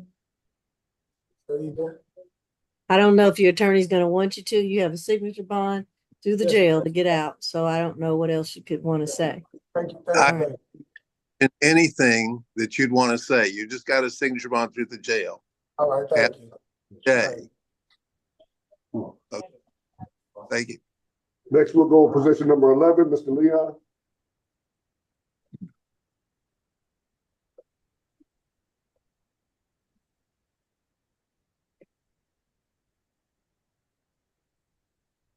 This is 24 CR 0060336A, Raphael Leon, charge of 1 count possession of use of drug-related objects and criminal trespass.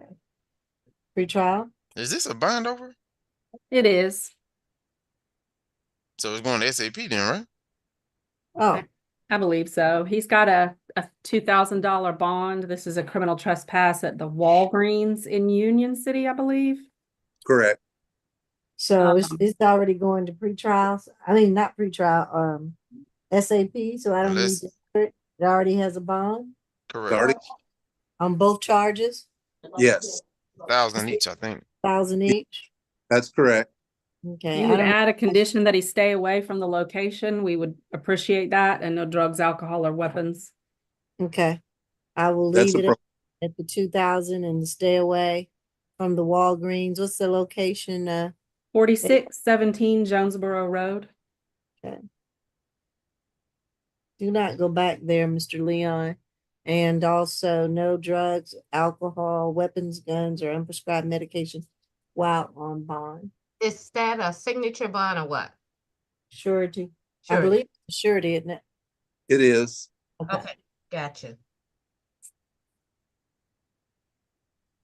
Next, we have position number 16, Mr. Pretty.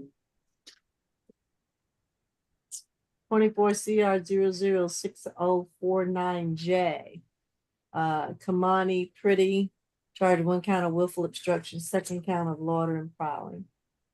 I was able to interview him on the phone, Your Honor. The only person I'm now missing is Tavares Robinson. So we're ready on Mr. Pretty. Okay. Third arrest. Last arrest was in April. 2 counts of battery, DV, cruelty in the third. It's 24 CR 002153J. That's a pretrial bond. It got surrendered in felony earlier. He got no bond.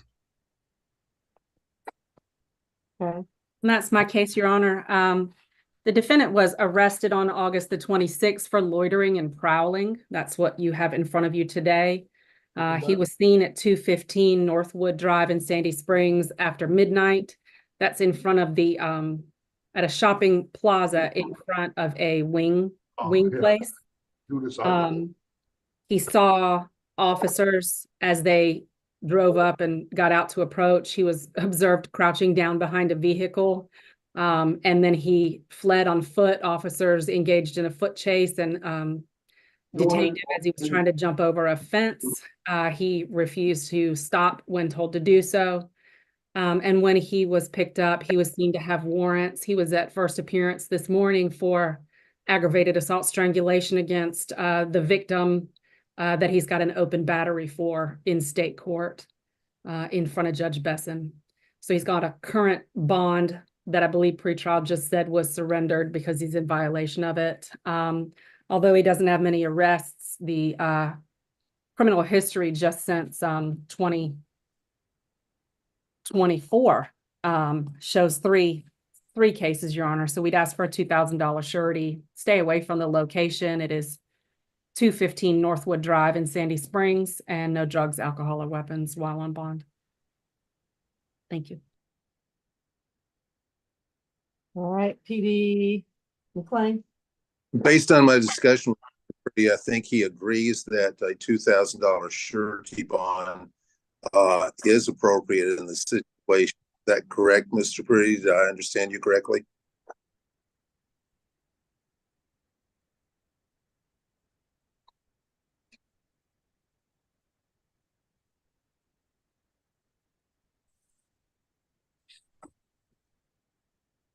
He and I did discuss, Your Honor, the results of today's earlier hearing, and he has another chance at a bond modification on that in September. But that would, of course, September's right around the corner, but we're talking about September 18th, unless there is a newer date set. All right, so that would be a $2,000 surety, $1,000 on each of the charges. No drugs, alcohol, weapons, or guns while on bond, and staying away from 215 Northwood Drive. And I think that would be it. Anything else? Nothing from the state, Your Honor. Thank you. Nothing.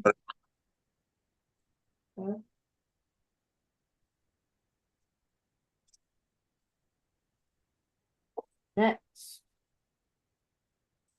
Did you all need to revisit position number 13? I think that's the one. Let's see. That we were trying to go into a breakout or something. What do we need to do? What's the status report on Mr. Robinson, number 17, I believe? He's on the way. He's on the way. Give him time to go get him. Thank you. That's good enough. Thank you. In position 9 and 8. Got a couple.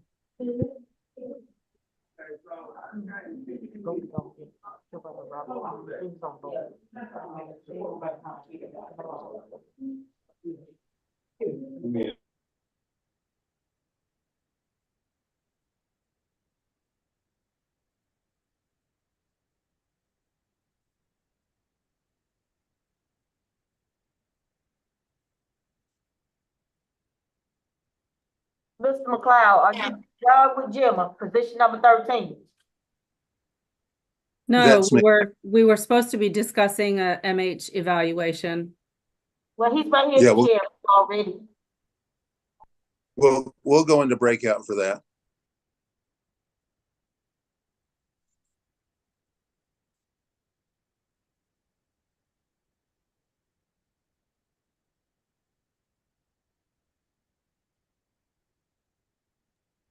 So what's with number 4 and number 9? What about 4 and 9? Hold on a moment, Lucy. Okay. Position 4, he waived. Position number 9. Let's see.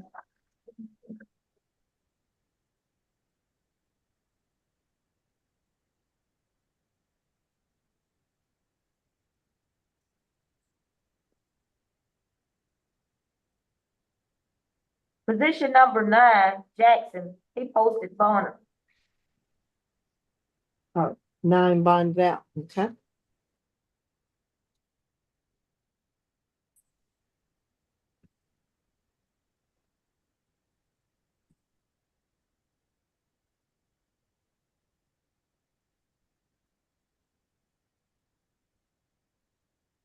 So the last one is,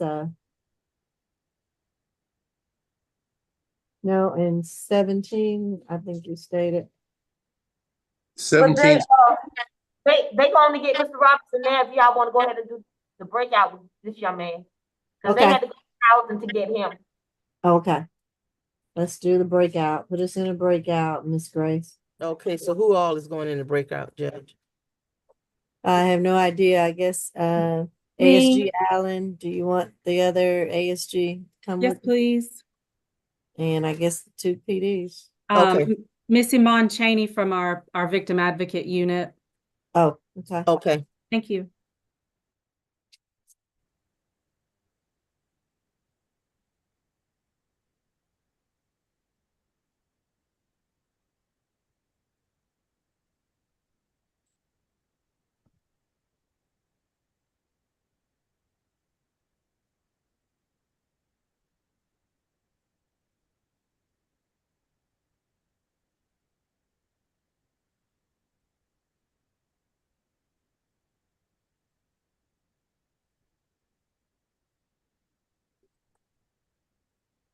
Do we have a copy? Do we have a copy of the bond from Mr. Keon Jackson in number 9?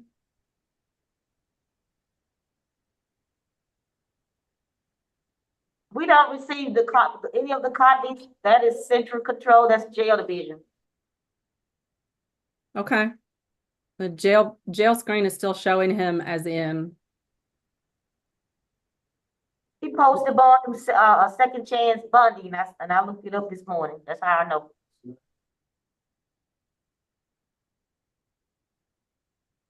Miss Allen, you said Miss Iman, okay, I see her. Victim advocate.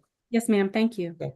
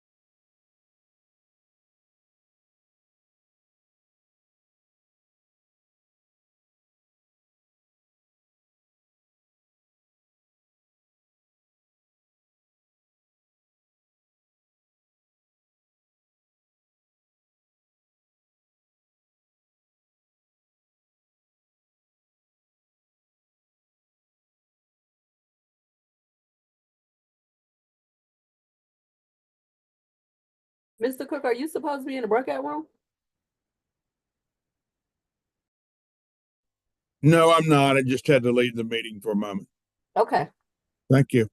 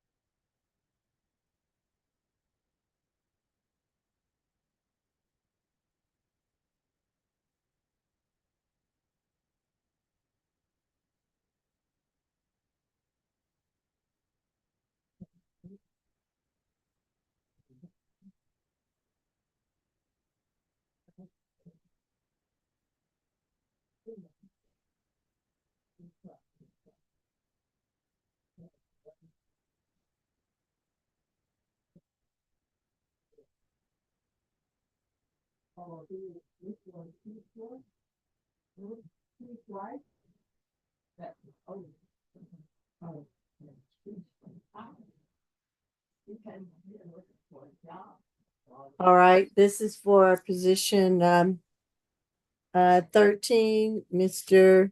Njimo.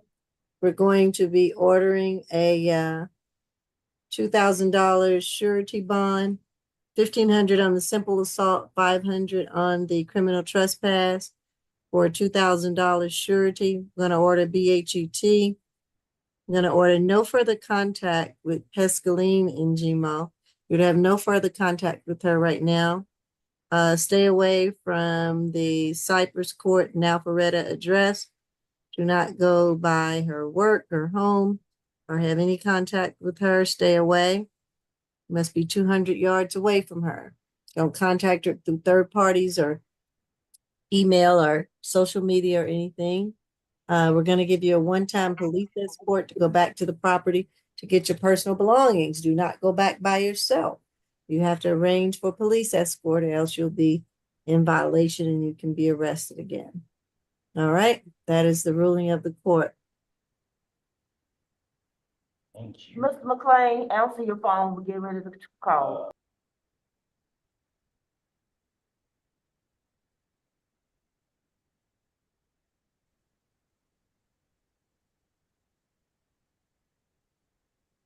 Is he frozen? It don't look like he moving. Yeah, it looks like he's frozen.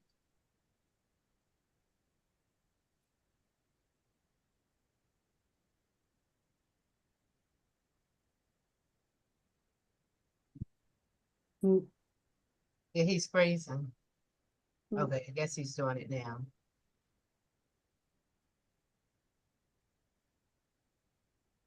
Ms. Pescaline, you're free to go if you like. Thank you, Your Honor.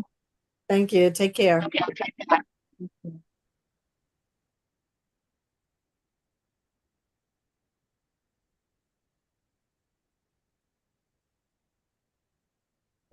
Can we do number 4, the waiver? We can. I was trying to see who the others were. Did a couple of outside people still on the line or not? Oh, yeah, it is. Who are they here for? Let's do a little inventory. Colin Fields. Who are you here for? Who are you with? Your Honor, I was just here for Mr. Njema. I'm about to leave the call. Oh, okay. All right. Thank you. Thank you. Uh-huh. And what about Jeff Mealer?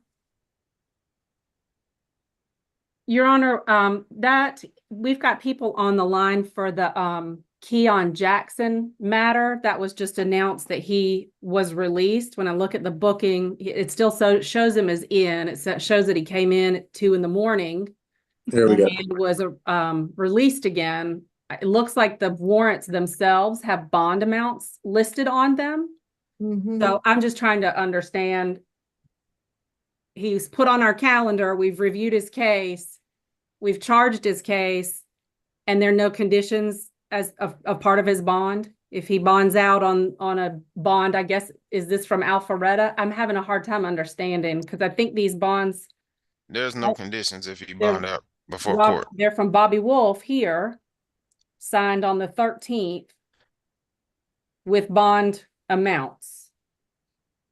And so that's it? No conditions? No. Okay. Anytime somebody bond out before they come to first appearance, there's not going to be any conditions. I understand. I just didn't realize that he had bond amounts on his warrants.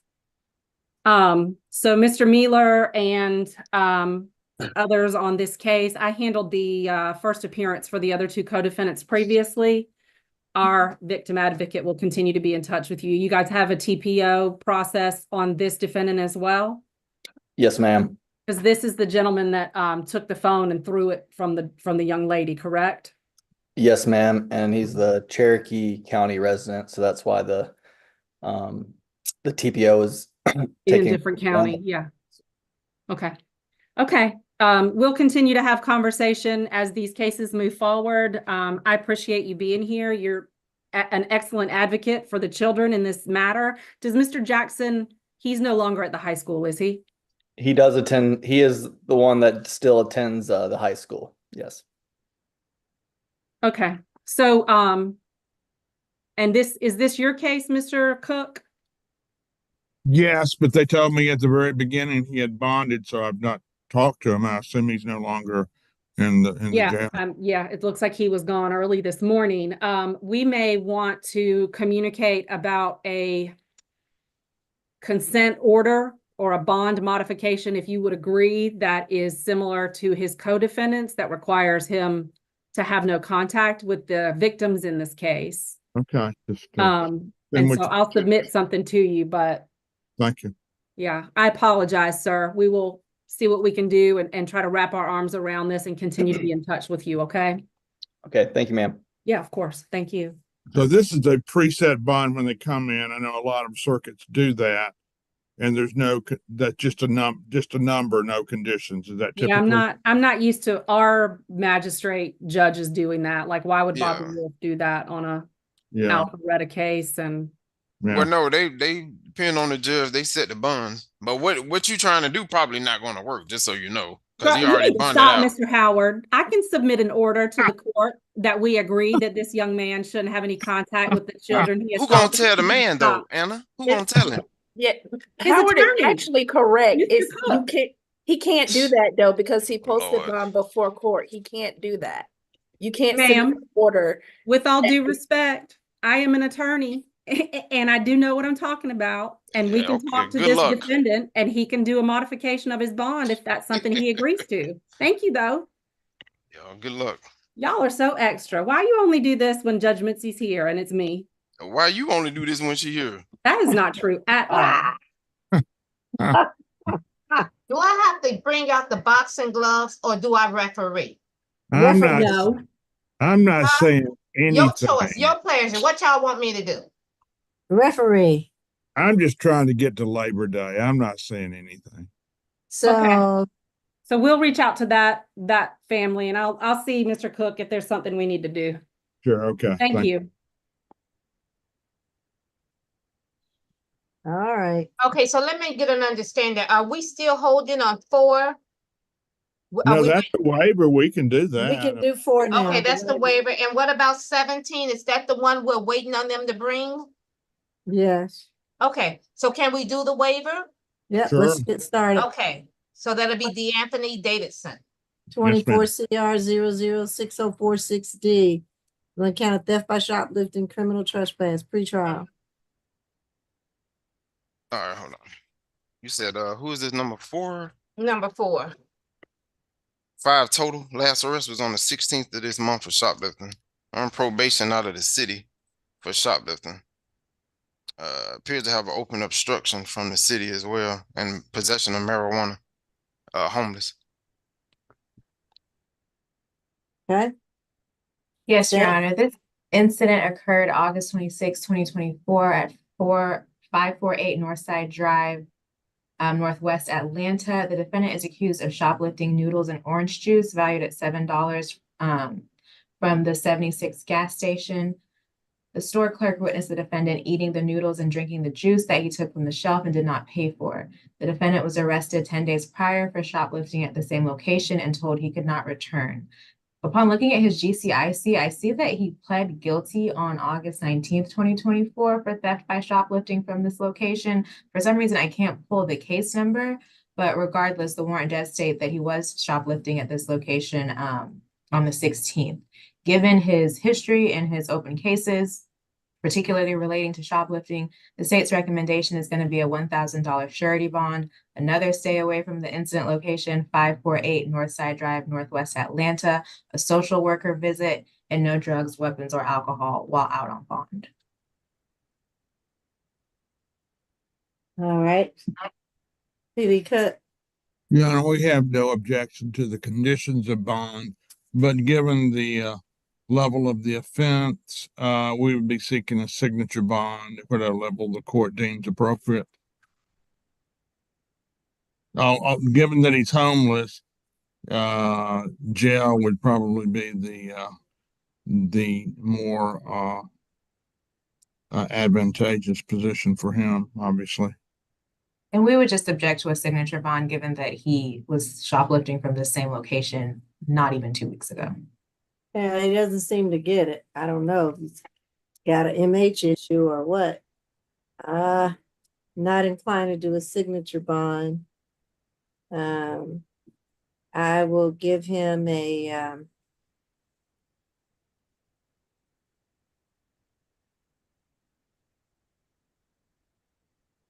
I'll give him a $700 surety bond, 500 on the shoplifting, 200 on the criminal trespass. And with that 700 surety, stay away from the incident location.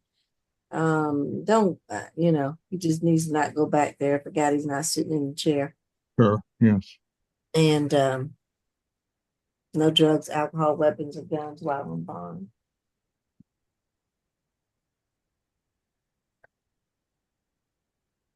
Thank you. Yeah. No social worker visit. Someone had mentioned that.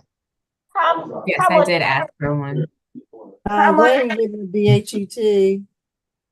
We could, well, I would not have an objection. All right, BHET as well. Yeah. Okay. We're just waiting on 17. What was the bond amount for position number 4? 700 on the last one. 700 surety, I don't remember anybody ducking me or anything like that on my way or causing any injury. 500 and 200. Thank you. Yeah.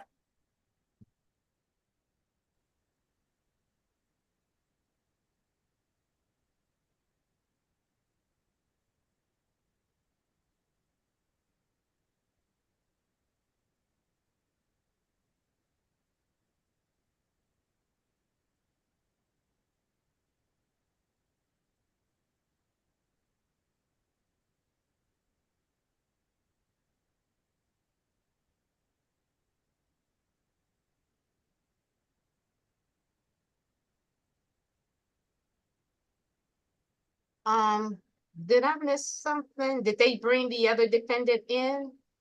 Or No. are we holding? If we're We're holding, holding. do I like to go over the calendar? Fine. Or is everybody on? Where'd they all go? I don't know. Okay, there's Miss Allen. Mr. McLean, would you all The care to go guy- over the calendar? He's on the phone with Mr. McLean now. He's interviewing. Oh, he's Oh. interviewing. Okay, well, We can still Mr. go on the calendar. Mr. Cook will give them the information. yeah, I didn't see Mr. Cook. Okay. I mean, that'll expedite a little time if we go on over it.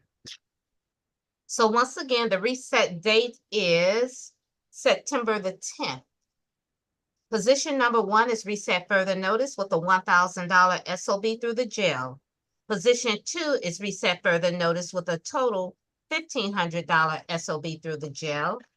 3 is going to the SAP calendar with a total $2,500 good bond.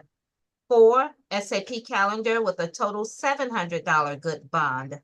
5, SAP with a total $2,000 good bond.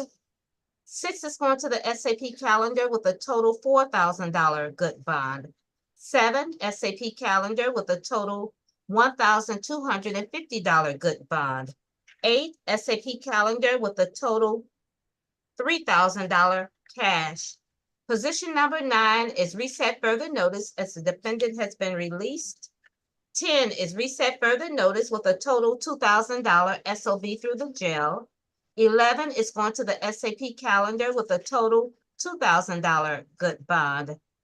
Position 12, I have it, I'll come back to it. Position 13 is going to the SAP calendar with a total $2,000 good bond. 14 is reset further notice with a $1,500 SOB through the jail. 16, SAP calendar with a total $2,000 good bond. We're holding on 17. 18 is going to the SAP calendar with a total $1,000 good bond. 19 is going to the SAP calendar with a $2,000 good bond. And I'm gonna give you 12 right now. Hold on.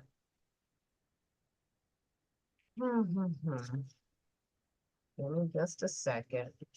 12 is going to be a total $2,000 SOB through the jail.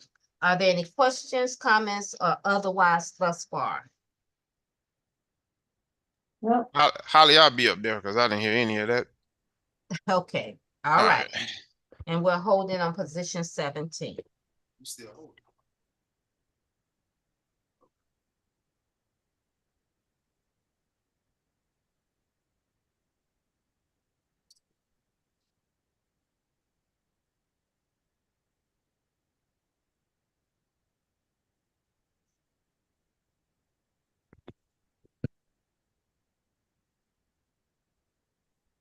Position number 17 is ready.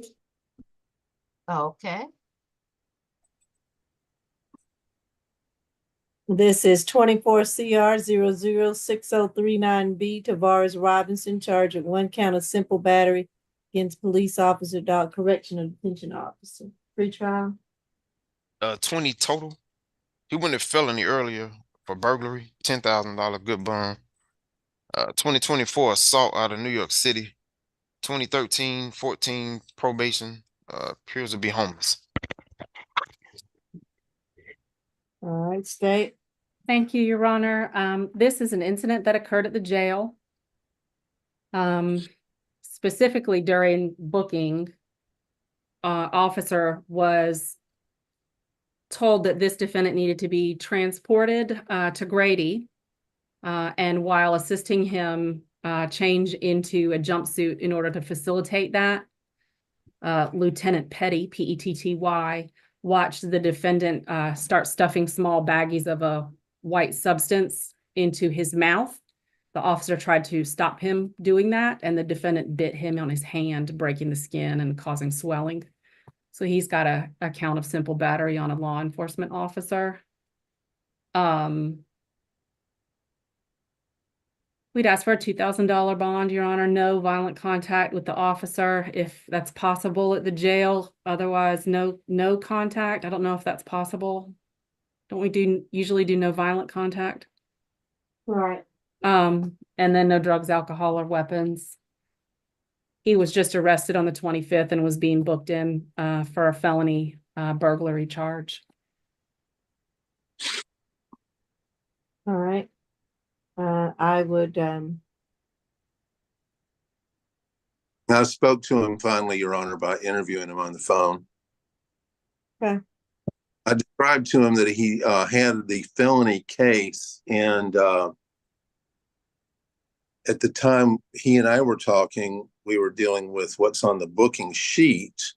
It's not, well, let me just put it this way. A $2,000 bond in comparison to the $10,000 bond is an appropriate number. We would ask the court to consider a signature bond if it would be appropriate to put the other case, that phrase I sometimes use, put that in the driver's seat and let the Superior Court kind of be in charge of the overall thing. But we have our own obligations here, and a $2,000 bond is within the range of reasonableness, and I would still be his advocate in asking for a consideration of a signature bond, Your Honor. I've been trying to get relatives and contact numbers, and a stay away from Officer Cook would be appropriate.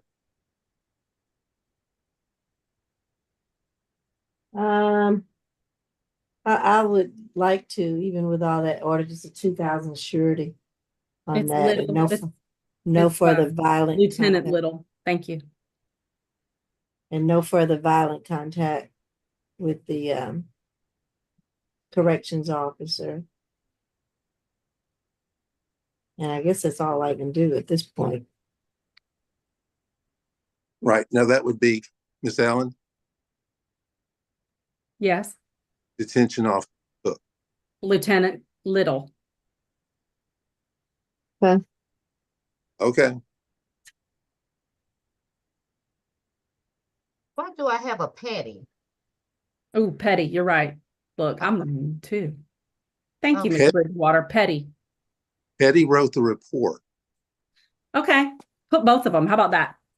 Okay, I'm put just- Petty and who? Little. just- And Cook. Petty and Little. Okay. And Cook. Is that what Okay, you for some said, reason Mr. it sounded McLean? muzzled. So I'm putting Petty and Cook. That's fine. Okay. I thought you said Little, ASG. I heard Little too. I think I misspoke and it was Petty. And it's Petty and Cook. Thank Okay. you. Okay. Okay. Okay, I got it. And what was that bond amount? 2,000 surety. Got it. Okay, is there anything else? I'm showing this was the last one. Right. Okay. Well, Your Honor, I think that's it. That's All it. right. Sounds good. Thanks, everybody. See you tomorrow. Okay, bye-bye. Bye-bye. Somebody from Active Records is asking for a breakdown on number 7 and 11. Okay, I will give you that. On number 7, let's start with that one first. Number 7, on the simple assault, it's going to be $1,000 good bond. And on the criminal trespass, it's going to be $250 good bond. And the other one was 11. On position 11, it will be $1,000 each.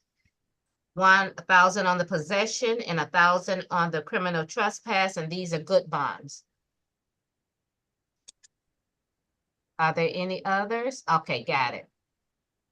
If that's it, everyone, take care. We'll meet up same time tomorrow. Thank you. You're Good welcome. night. Good night. All right, bye-bye. Bye-bye.